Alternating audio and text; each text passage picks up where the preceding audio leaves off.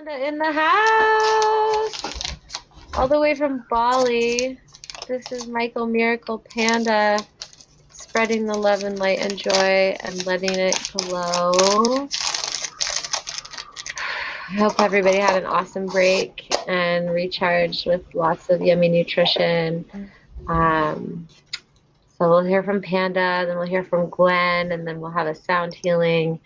And I'm so excited that you're all here. Welcome anybody that hasn't been yet today. I see you, Cassandra, and welcome back everyone who has.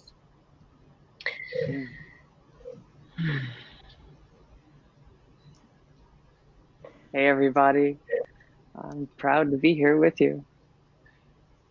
So my name is Michael, and my friends and family call me Panda. And I've known Sasha here for some years from our San Diego ecstatic dance tribe, and it's really nice to see other familiar people too. And I've spent the last 3 years living here in Ubud, a village in Bali. And prior to that, I traveled the US, living in a Subaru. Prior to that, I spent a few years in monasteries and Vipassana meditation centers. And I've been to 26 countries, mostly volunteering, living in monasteries, lived in India a few times, Burma. I have a lot of weird stuff to talk about, and not one specific thing to talk about. My whole life's practice is the same as yours. It's just observing what the hell is keeping you. Oh, by the way, does anyone mind if I cuss? If you really mind, send me a private message. I'll just make sure I don't. But otherwise, I'm just gonna let it rip. I'm in the same boat as you and everybody. You know, my whole life is just a matter of coming up against obstacles and either being completely destroyed by them or finding my way through that door or around it or above it or underneath it, you know.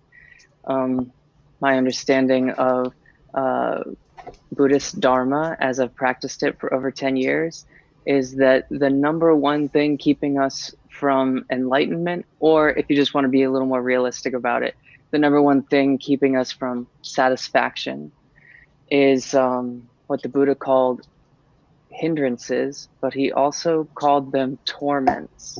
And so anything that's a hindrance to you sort of becoming who you want to be, or feeling the way you want to feel, or just being, you know, in the world the way that you would prefer to see it, any of these things are torments. They like, obviously you can think of many things in your life that you wish you could change.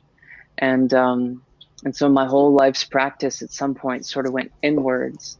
And it's just became a matter of looking at things from multiple viewpoints and multiple angles, some funny angles, some very unexpected viewpoints and experiences, in order to sort of pull twigs from this awful bird's nest that we create in our mind that says, you know, I can't do something, or things will never be the way I want them to be, or etc.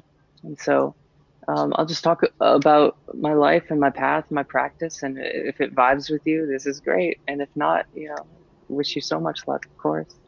If anyone has any questions, I really encourage you to have lots of questions, because I don't have anything to talk about except what I've experienced. I would love to be able to talk about what you're experiencing. Send them to me in this email format, and I will answer every single one that I can. So I'll just tell you, I grew up in Washington, D.C. I spent the first 18 years there, just minutes from the U.S. Capitol. It's a funny situation now where, you know, you might come from a town where, like, when you're watching a movie, you're like, oh my God, they filmed that in my area. And of course, that was never like a big deal to me until all of a sudden I read the news and I see people scaling the walls of the Capitol. And I just had to sort of like let go for a minute and be like, whoa, I cannot believe how crazy this is. It really felt for the first time like, oh, my home under a weird duress, a little weirder than usual.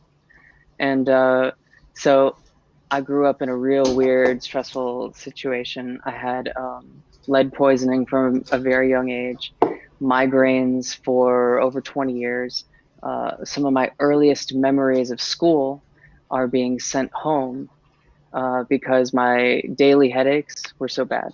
And they would turn into chronic migraines, and that persisted for about 20 years. I'll talk about what hindrances I sort of understood and let go of in order to correct that.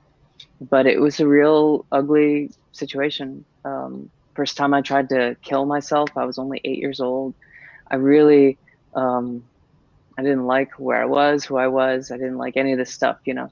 I used to hit my head on a wooden bedpost because that pain was so much better feeling than just the general migraine experience. And time goes on, you know, I thought about killing myself all the time. I tried a few times. Of course, my teens sucked, and my family's a very, very, very conservative family. And at this point, even today, extremely pro Trump and all of that. And so I grew up in that environment, and that was who I was too. And I didn't really know much else until I escaped that experience. I just had it up to here. I was so sick of it that I sort of forced myself into a new situation. I moved to Los Angeles and San Diego when I was 18. Things got better only in the sense that I got away from a lot of the big emotional traumas that I was experiencing, like just family stuff, you know. I should also say I was abused as a kid. But I didn't get away from any of the physical difficulties. I had migraines that were getting worse and worse as my college ages and as time went on, as well as all these unresolved gut issues. And of course, all these unresolved like brain issues too, you know, tied in with stress, tied in with, like I said, I had lead poisoning, and I still do actually, from a very young age. And so just, you know, life really, really, really, really sucked. This is a weird way of telling you that the first time that I can identify in my path this idea of letting go of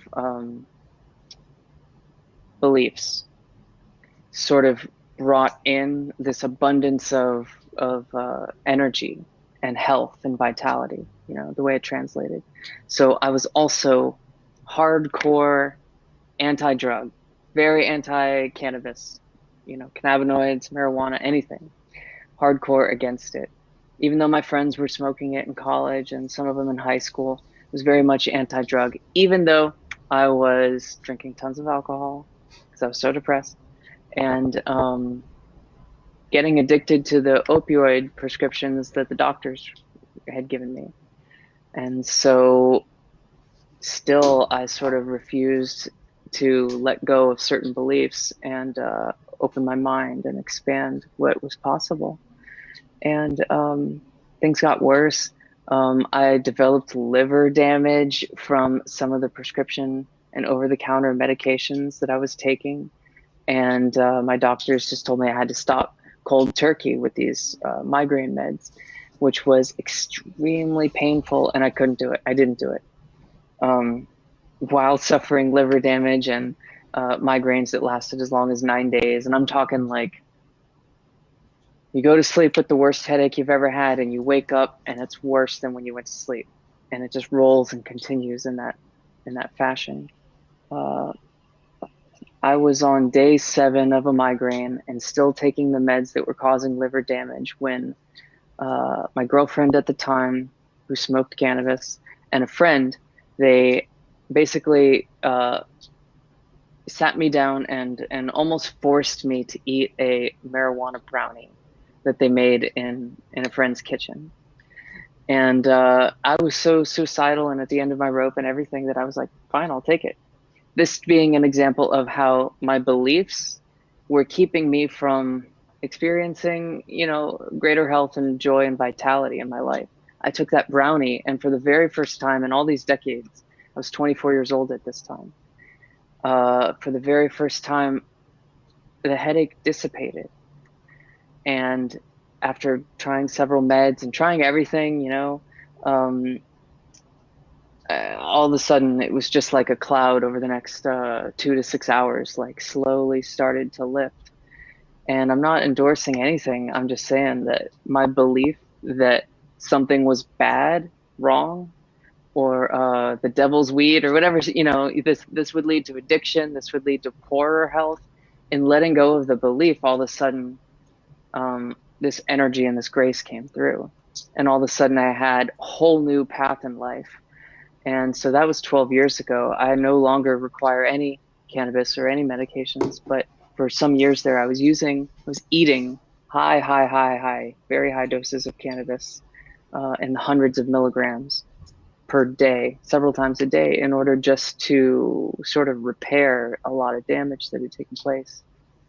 That led me to questioning all kinds of things. That was the first time I really felt like this belief that you could call like this bird's nest, with every twig being like a thought or a belief. You build up this world belief, and all of a sudden twigs just started falling out like crazy. I really questioned my political beliefs. I questioned my religious beliefs. I questioned whether or not what I was doing was helpful or useful. I kind of just allowed myself to sort of tune into my own experience, which I had been fighting for so long because my experience felt so painful. My memories were so painful. I'm sure everybody can relate.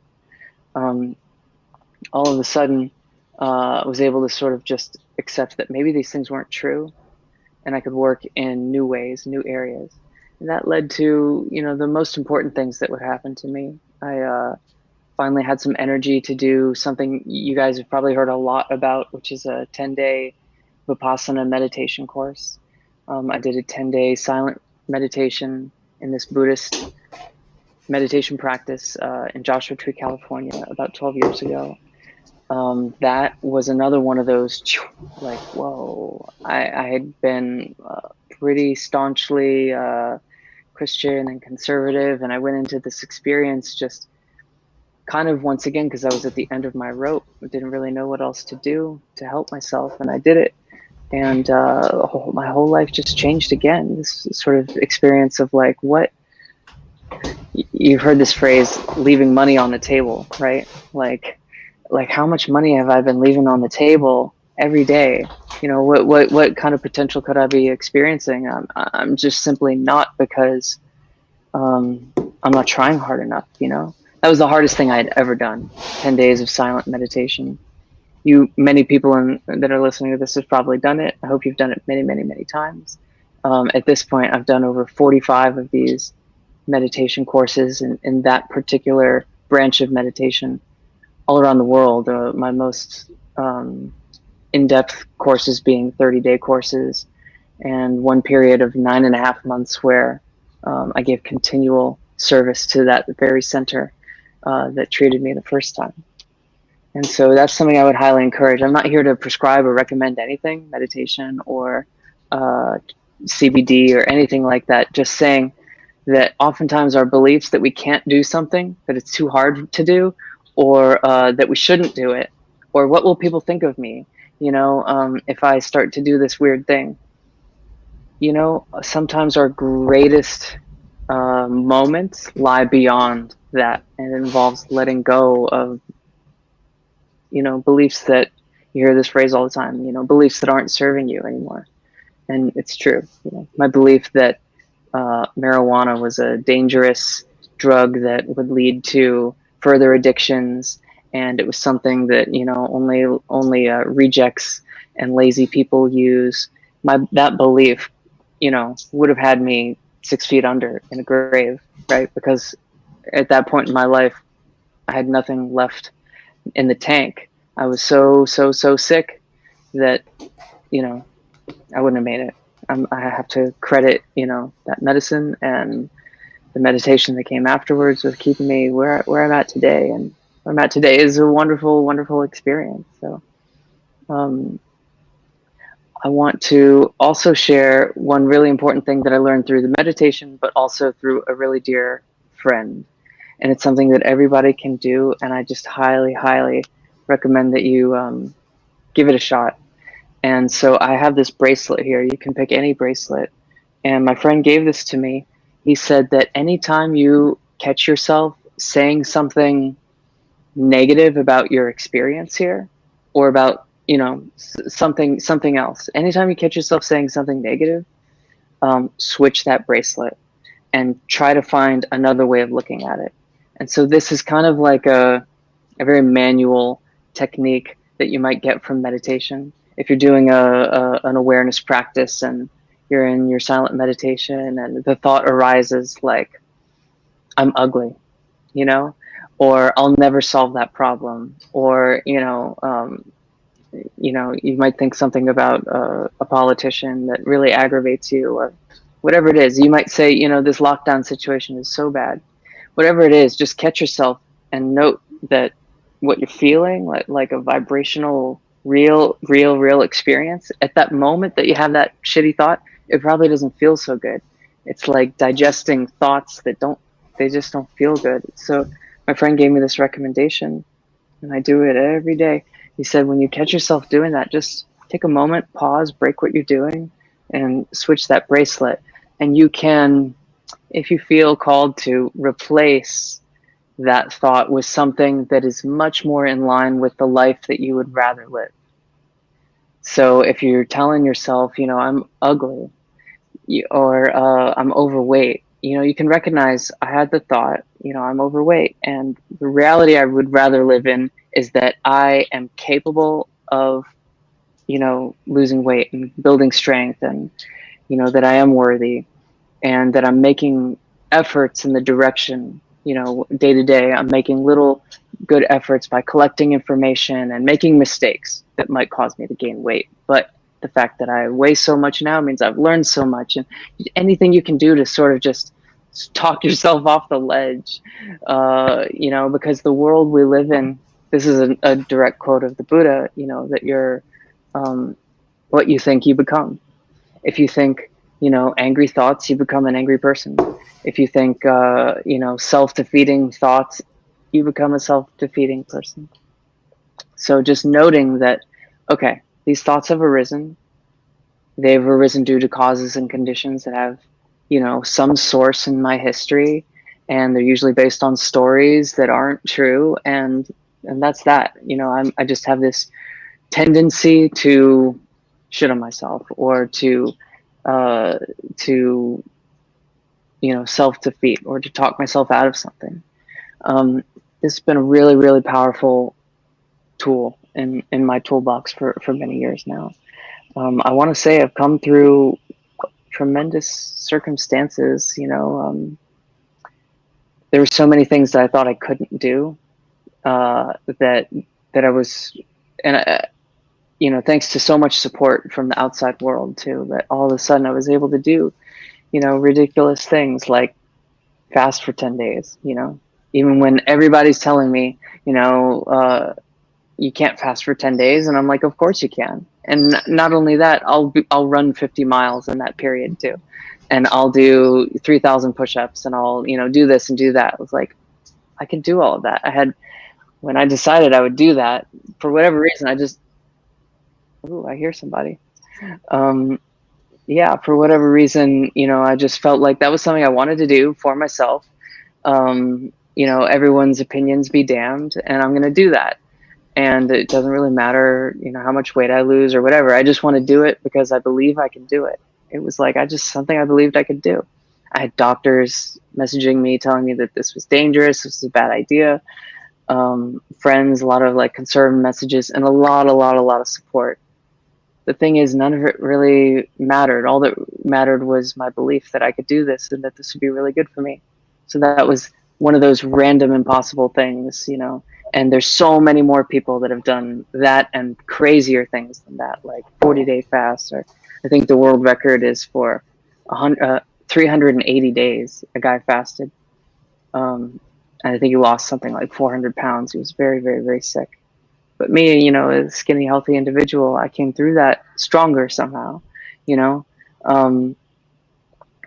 and a belief that like, you might think you can't do 30 days of silence, right?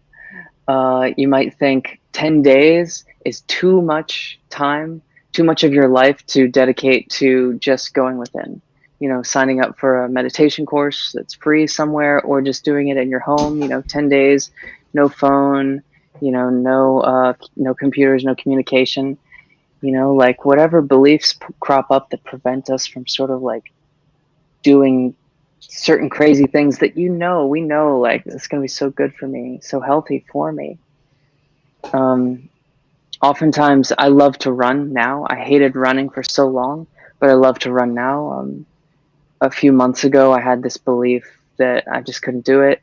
And like I said, I'm running 50-mile weeks now, 11 miles in one day just a few days ago. For whatever reason, for 36 years, I had this belief that my peak physique and my peak health was when I was 18. I could run 2 miles at age 18, and it basically declined from there to where I couldn't run a quarter mile without stopping.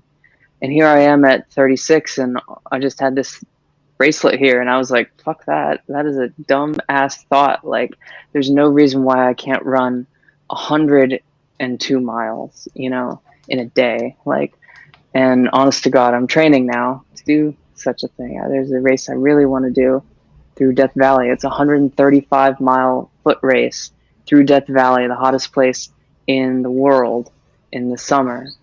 And anyone who tells me that that's not possible, there's so much evidence that it is, but all you really need is that belief. So I'm running every day. I'm running, under crazy circumstances. I biked 100K a couple days ago, and just doing everything that I can to sort of reinforce the belief that I can do whatever I want, and everyone's opinions can just totally be damned. The whole idea of letting go, which you've probably heard from so many places like the Law of Attraction teachers, or there's a book I love called Letting Go by Dr. David Hawkins. The whole idea of it is that you are letting go of what the Buddha called those hindrances or torments, and they are negative emotions, negative beliefs.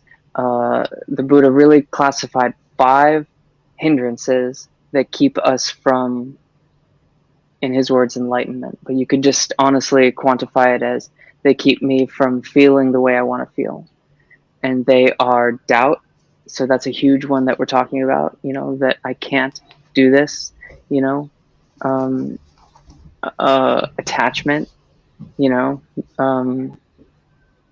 aversion, and laziness and agitation, which are kind of like 2 sides of a coin there, that like you could call it procrastination, or just being overstressed. And therefore, all of them kind of blend into this idea of doubt. I have too much stress in my life to go for a run right now. I have too much work on my plate to put my shoes on and run for the next 5 minutes, whether that be your thing. Everyone's going to have their own individual source of joy in their life. We don't get to choose what it is we really want to do. I don't believe we have that sort of agency. There's no, like, I can't choose the women I'm attracted to or the sexuality I'm attracted to, right? It's just one of those things, I can't choose, the fact that I love an avocado. If I could, then I could choose not to love an avocado, and that is not possible, right? Some people don't love fish, right? You don't really get to choose those things, although they change over time. Some people love knitting, some people love studying, some people love meditating. Whatever it is that your design has called for you or us to pursue, it's almost like a gift from God. It's a gift from the universe, or some say it's a gift to ourselves from our higher self. The fact that you love this person, or you love this thing, or you love, or all of a sudden, I have a friend. He's been spinning fire. He's a fire artist for about 20 years now. And he said he was just walking by like a I think like if anyone remembers like Radio Shack and Circuit City, like those television stores, he was walking by a television store, and on the TV he saw someone like a Hawaiian fire artist performing with like a staff, a fire staff, or maybe a sword or something. And he just thought, oh my God. And he's in his 50s now. So he was already, you know, about my age, 30, 35, 36, you know, which people might classify as like, you're done, you know, you're over the hill and you're entering your middle age. What you love is what you loved, and you're just supposed to stay in this rut of a lifestyle that, you know, you have for yourself. And some people choose that. But he saw this person spinning fire, and he just thought, what the hell? And the way he tells it to me is that like it just sparked something in him that changed his entire life. You know, the whole course of his life, just inch by inch, started to shift in the direction of that, to the point where, you know, this is like what he does all day because he loves it and makes money from it too, performing and traveling and stuff like that, while also doing whatever else he wants to do, you know. But like, how does he, you know, you don't get to choose that stuff. Like, how many people walked by and saw that person spinning fire and it meant nothing to them, but all of a sudden he sees it and it's like, yo, this is my thing, you know. So everyone has their thing. And the whole point of, you know, joy is going to come from, you know, loving what you do, whether it's raising a family or whether it's running 240 miles through Moab, you know, like, so honest to God, my belief is that whatever it is in our lives that are keeping us from experiencing those things here and now, those are doubts. Those are attachments, things you're not willing to let go of. You know, I get up at 4 a.m. every day, and I've been doing this on and off for a while, you know, starting while living in the monasteries. You get up at 4 and you begin to meditate, you know, immediately. And I can look at my life and the times where my attachment to sleep or my attachment to staying in bed or whatever it is, you know, my attachment to staying up late on a computer or staying up late to watch a movie or something, how that can get in the way of achieving certain goals. So if your goal is to, you know, a lot of people have big families. Some of you guys might have, you know, several young kids. And I don't have that experience, but on day one of that 10-day fast of mine, I found 2 kittens here in Bali in an alleyway.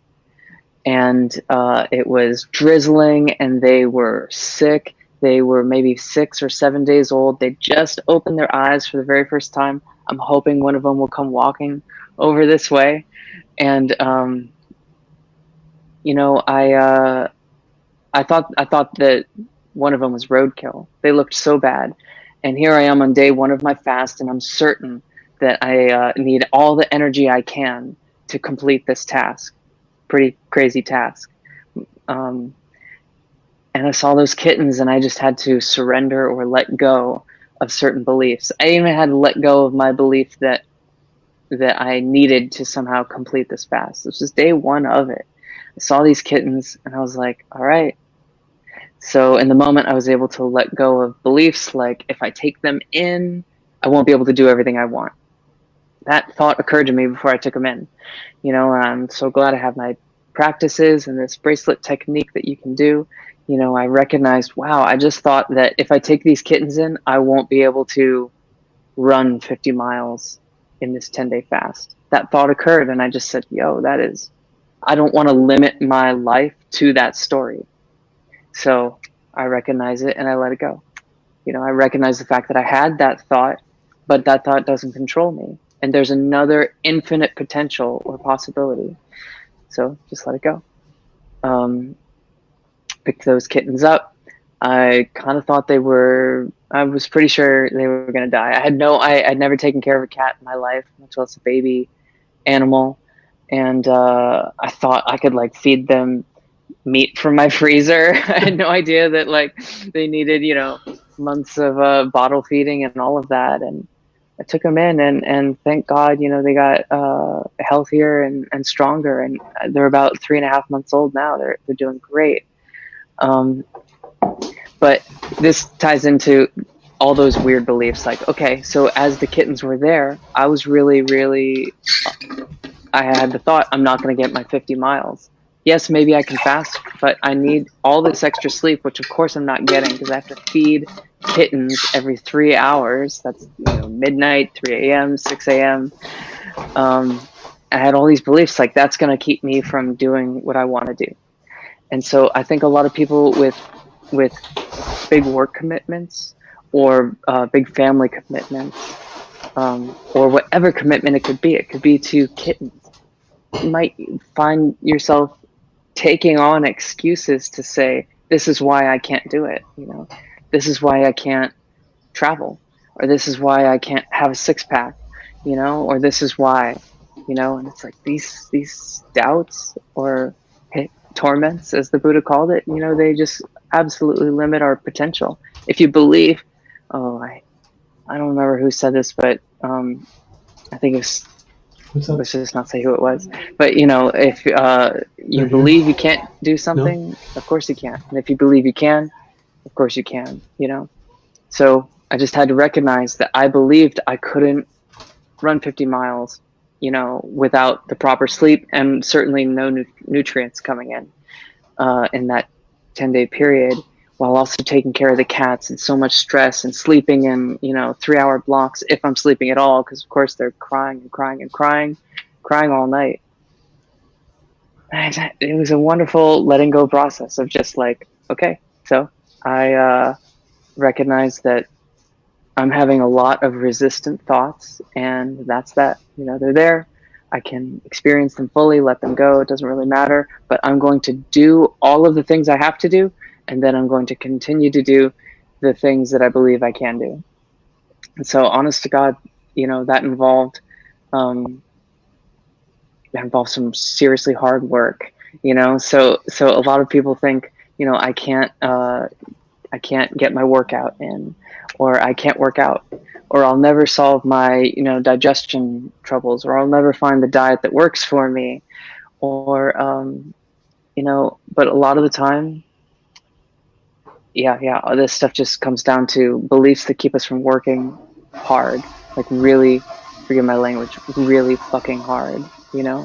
I like to say that I work from, instead of 9 to 5, I work from 5 to 9, and it's actually more like 4 to 10.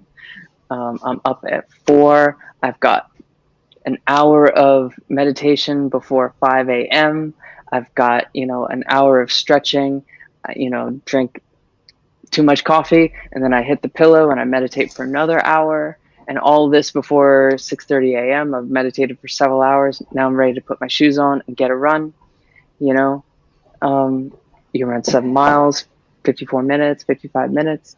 By the time 8 a.m. rolls around and my girlfriend finally wakes up, it's like now there's an opportunity to be with what is being called for in the moment, which might be breakfast with her, or it might be I need to start working, or all these other things. But if somebody believes they need that extra sleep and that's why they can't work out, or I hate to say it, but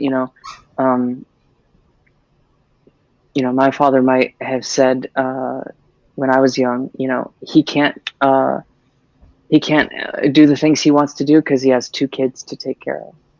It's like, I just don't think it's true. I think that you can take what is and recognize that there's an infinite potential to everything. I mean, I don't think that anything's limited. If this sounds so stupid, but if somebody believed that they could just, wake up on Mars, like if you really believed it, I don't see why it couldn't happen. I know it sounds ridiculous, but I think the reason why it doesn't happen is because we have all these beliefs and reasons why it's not possible. But, it's just it's a weird universe we live in, the sense that everything you've ever experienced took place inside of you, right? I'm out here, I feel like I'm like talking to you, but I'm seeing you and it's happening inside my body, right? You're hearing me inside your body, and everything you feel and every place you go, you're at the center of an infinitely expanding universe. And this stuff just blows my mind, and which is why I can barely even speak about it most of the time. And it's why I think it's also extremely important to get your mindset right in the morning. Whatever time you've got to wake up, put in the hard work to meditate and just allow your experience to be what it is. Allow these thoughts to arise. A lot of them can just be so negative, that like this is going to go a certain way, and it's not the way I want it to go. Or I'm afraid of this thing that is supposed to take place. Or, you know, I'm guilty of defeating myself in so many cases by, I've put in 2 hours of meditation and it's like 6:30 a.m. and now I read the news. And it's like, oh my God, all of a sudden I can start to believe that the world is not the way it's meant to be, And I think that it's really important to let go of, of the beliefs that we hold.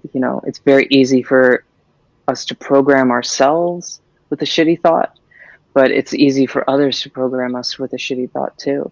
Like, I was hearing this awful story today about coaches. So I'm studying a lot of running and marathons and stuff, and there are like Olympic coaches that will talk their female athletes into taking performance enhancing drugs by planting the thought in these amazing female athletes' minds, planting the thought in their minds that they're overweight.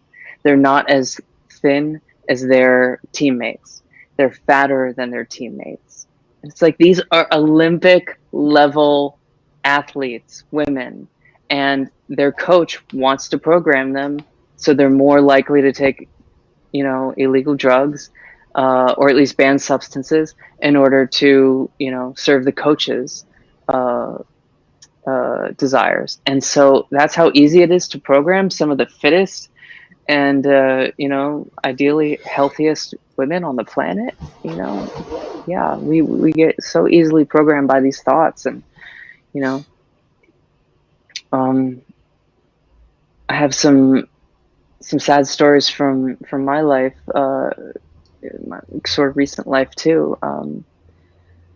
I hesitate to bring this up, but you know what? That's just my own limited belief that somehow this isn't, relevant or helpful. But I'll tell you that recently lost my grandmother back in, I want to say like first part of April. It's like maybe April 10th, and the family had so much stress surrounding the lockdown and surrounding COVID and everything that they believed that she would be safer if they took her out of her apartment in San Diego, where she'd been for 30 something years, like almost 40 years. Take her out of her apartment where there's all these people coming and going, and they're using the elevator and the hand railings, mailmen and guests and kids and all of that, take her out of her apartment building and put her into a nursing home where things are locked down and ultra sterilized, and nobody can come and go. Visitors are not allowed. This was a very special, like, for older people, susceptible people. We're going to put them in this container until the pandemic is over. And so the family, reacting out of all this fear, grandma, is going to get sick if we keep her where she is, if we let her live the life that she wants to live in this moment. Of course she didn't want to leave her home in order to go and do that. But, they put her in the home, and she didn't last 30 days.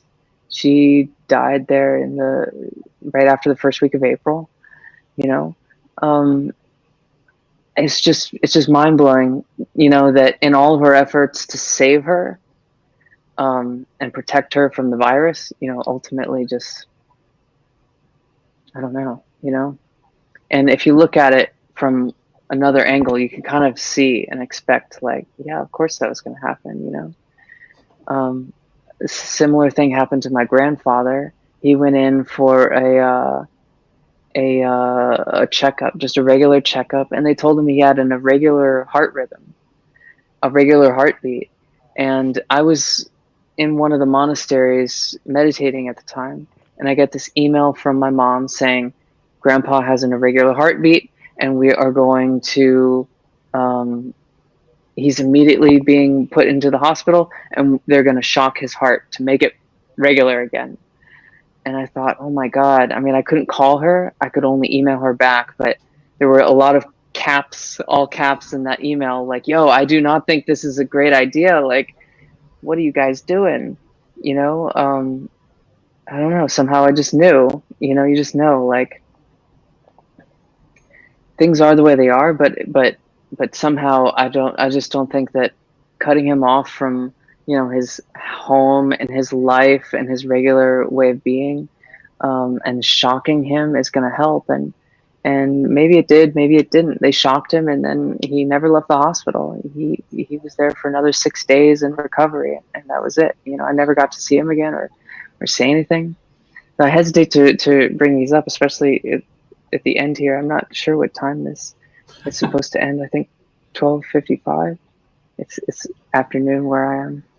But the idea being that, if fear is what's driving you, then letting go of this fear is ultimately going to bring in health and vitality and wellness. And so you could tie this to my circumstance of fear of taking CBD or a cannabis edible. There's a fear that I will become a drug addict, or I will become a granola eating liberal, or some crazy thought that I had in those early years, that somehow this would be bad for me. Those fearful thoughts ultimately controlled my reality and kept me in this place where I'm not experiencing what I want to be experiencing. And of course, in these cases, my family didn't want to experience the death of grandma or the death of grandpa.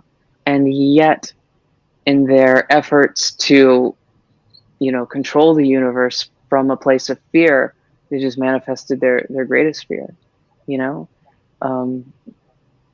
So the whole idea of identifying where your thoughts are and what the emotional content of it is, or you could say vibrational frequency of it is, and recognizing this doesn't have to be the way it is. I can choose something else. You can let go of fear, and ultimately, the whole idea is you ascend this scale of consciousness up from, fear to, courage, and then from courage to love, and from love to joy, doing what you love, and the peace you get from doing what you love, and ultimately culminating in some enlightened state, which I got to tell you is real, and nobody can tell you, honestly. If people told me this, I wouldn't believe it.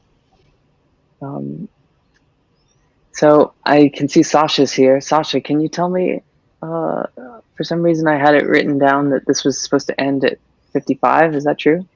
Yeah, it's pretty good timing to end at 55, and I really am like listening to your talk and looking at my own whys, as you called them, and I've heard it also said like anything after because is just a reason. So I can't have a family and be an amazing entrepreneur because, or a why. Like there must be some reason. So I just wanted to turn it to our audience, quote unquote, in this moment, and like ask you all to listen for yourself to your reasons, and like what you can move your bracelet to the other wrist for, what you get to let go of over this weekend, what you get to just release, and be unstoppable, be the infinite center of the universe. I think, how would you say it, Panda? I'm sorry, I finally noticed that I had these messages. I was looking at the wrong message icon. And so I failed to answer a few, and I was totally distracted while you're speaking. No, Someone it's asked a like, really, really hard hitting question, and please answer the questions, then that's perfect.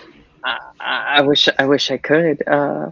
They said, honestly, this is a really hard subject. They asked, with you working so hard, what's it like for your partner? And I would need her to answer it.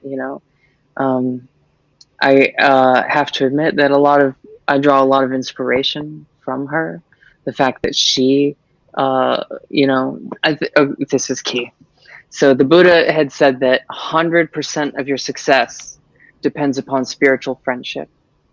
And what that means is that certain friends are going to inspire you, whether they're your friend or not. The Buddha can be your spiritual friend, or Michael Jordan, or Donald Trump, or whoever it is that inspires you. Hopefully in a positive direction. I'm not implying that somehow, Donald Trump inspires me in anything. But just the general sense of like, you have this person in your life and they're behaving in a certain way that you might feel some negative emotions, some of those self-defeating thoughts of like, I'm not working as hard as they are. And what's interesting is that as you surrender those thoughts and allow yourself to be with what you're feeling, to feel it, and then as time moves on, you start to see, oh, I'm behaving differently because of inspiration.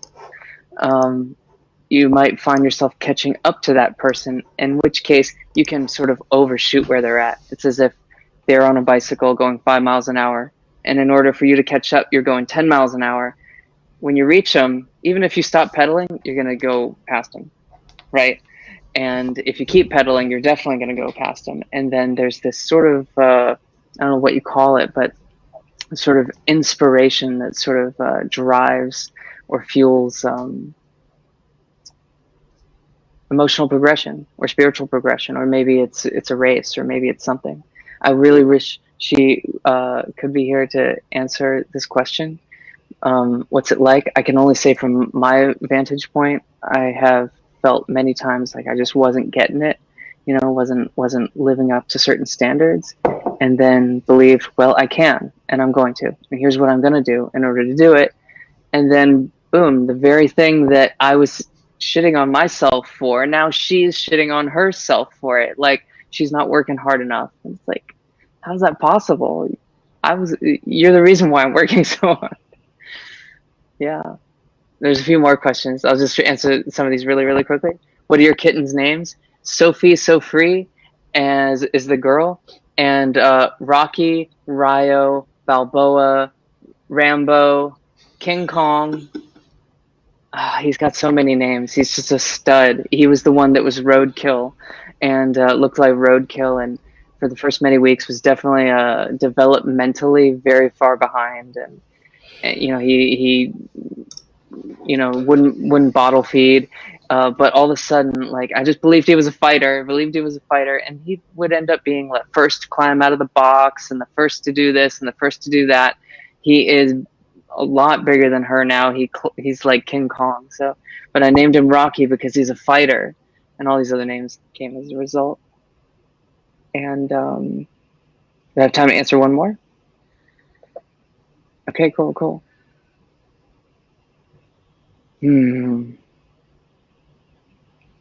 This is a long question. Shit. Maybe I'll try to answer that person privately. What was going through my mind when I was running 50 miles on an empty stomach? All right, great question. I was feeling like whatever energy is here is being used. And I'm so happy to be using it, because maybe a lot of this stuff that's here doesn't necessarily need to be here. A lot of people, here's a great one that ties in with beliefs and thoughts. A lot of people shit on cardio. And I did too, because they say, I'll lose muscle, right? Do I look like I'm losing muscle? Like, building it every day. But they have this belief that I'll lose muscle. And the belief is that if I lose this hard earned muscle, I don't know, like, I'll look ugly, or won't get girls, or whatever belief somebody has, which is why they, refuse to run, or they refuse to fast, or whatever, And I think you end up holding on to certain things so tight, whether it's your muscle or your physique or whatever it is, hold on to it so tight that you poison yourself, choke yourself out. I believed as I was running, as I'm running anytime, I'm always running in the morning fasted. I believe, all right, I'm burning muscle. I'm burning a lot of muscle. I'm using a lot of hard earned protein. And you know what? That is some old, weak ass protein that I don't need right now. And my body is smart enough to say, hey, you see this part right here? This shit is from like when you were 13 and we don't need it anymore. And you know what? It's very likely to mutate and turn into some weak ass shit later. Let's use that first. Let's burn it up, clear out the old store, and then next time you eat, we'll fill it back in. And so I just burned it all out. I burned out everything I could. I felt better and better and better every moment. And I didn't really feel like I was getting weaker. I ran 11 miles on day 11 of the fast, and then did something stupid like 777 push-ups just for several hours before I, decided to break the fast and start eating again. So what was going through my mind that here's just tying it all back to that I am getting healthier every moment. And one last thing to say, I have this tattooed right here on my ear, sort of so it whispers into my ear all the time. But it's a Balinese Om, but to me, the Balinese, they say Om. Oh, here's a cat and a t-shirt. Yeah. The Balinese say that Om never sleeps, which means God never sleeps. And so to me, it's just always whispering that everything is always working out for you, no matter what. You can replace whatever belief you've got with this idea that this is working out for me. You stub your toe, you get food poisoning or something happens you don't like. And it's like, you know what? I can use this to my advantage, and I'm going to. That's why it's happening. And so that was what's going through my head, including when I found them and I thought, oh, I won't be able to do everything I want to do. I ended up understanding I could do so much more. So thank you all for just being with me, for listening. Is very, very proud to be here. I hope anyone will keep in contact who wants to. Thank you so much. I just love, you are like a hummingbird. You have let everything else go that isn't for your optimization. They are optimally functioning birds, and thank you for being a human example of that and flitting in all the way from Bali. So if you would share with me the hummingbird hands, everyone, and give Panda a little bit of vibes. Thank you so much. Kitty!